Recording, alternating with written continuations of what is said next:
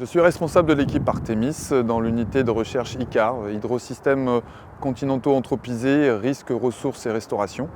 Cette unité traite de 3 sujets principaux, donc l'hydrologie quantitative par la gestion des crues, la restauration des écosystèmes dégradés, notamment en rivière, et la gestion piscicole, et l'équipe que j'anime plutôt sur la préservation de la ressource en eau, et avec un focus sur la pollution diffuse, les nitrates et les pesticides.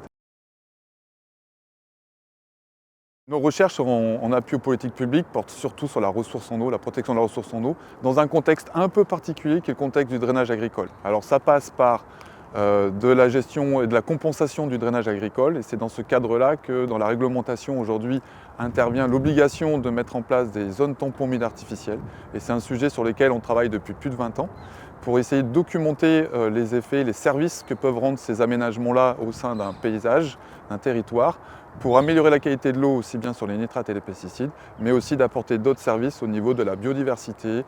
Et là, on a un dernier sujet sur les émissions de gaz à effet de serre. Si on part des résultats, on a des résultats sur notre site expérimental qui montrent que la zone tampon, effectivement, elle réduit les polluants, notamment les nitrates, et les pesticides, elle les retient. Alors, fort de ces résultats-là, on a gratté un peu plus pour essayer de deviner, de découvrir un peu plus ce que devenaient les pesticides.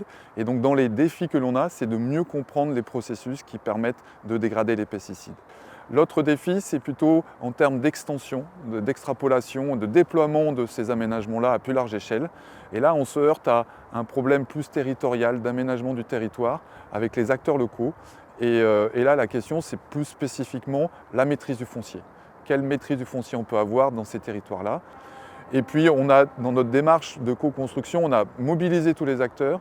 Et là, on s'est rendu compte c'est pas un défi, mais d'un constat, c'est le temps électoral. Quand on a les élus qui pilotent leur territoire, quand ils changent, quand ils sont réélus ou pas, il faut réamorcer le système et la dynamique. Le site de Rampillon est un site expérimental de longue durée. On le suit depuis une vingtaine d'années et ça nous permet justement d'être un site démonstrateur, d'être l'objet de visite des différents acteurs et de pouvoir en fait montrer sur le terrain directement un concept qu'on pourrait avoir en réunion et là de le montrer directement. Alors on a aussi eu des projets comme le projet Brio qui a permis aussi de développer les aspects sociaux, donc de dialogue territorial entre les acteurs de l'eau et les acteurs du terrain, donc les agriculteurs, les coopératives agricoles, dans une mesure où on essaye de co-construire les actions avec les acteurs du territoire.